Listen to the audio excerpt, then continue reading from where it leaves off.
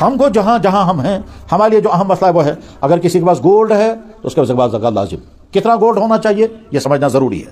اگر کسی کے پاس چاندی ہے اس پر زکوٰۃ لازم، کتنی چاندی ہوگی تو زکوٰۃ لازم ہوگی، وہ تو سمجھنا ضروری ہے. اور اگر دکان کا مال ہے تو کتنا مال ہونا چاہیے جس پر زکوٰۃ لازم ہے. تو اسی کو میں سمجھاتا ہوں کہ اگر کسی کے پاس گولڈ یعنی سونا ہے، یہ سونا 20 مسکال نبی علیہ السلام کے زمانے کے تولوں کے حساب سے اور آج کے تولوں کے حساب سے 87 گرام. جس انسان کے پاس 87 گرام سونا ہوگا، چاہے وہ زیور کی شکل میں ہو اور چاہے وہ پونڈوں کی شکل میں ہو، جس انسان کے پاس 87 گرام سونا ہوگا یہ آدمی مالدار ہے اسلام کے اصول کے مطابق.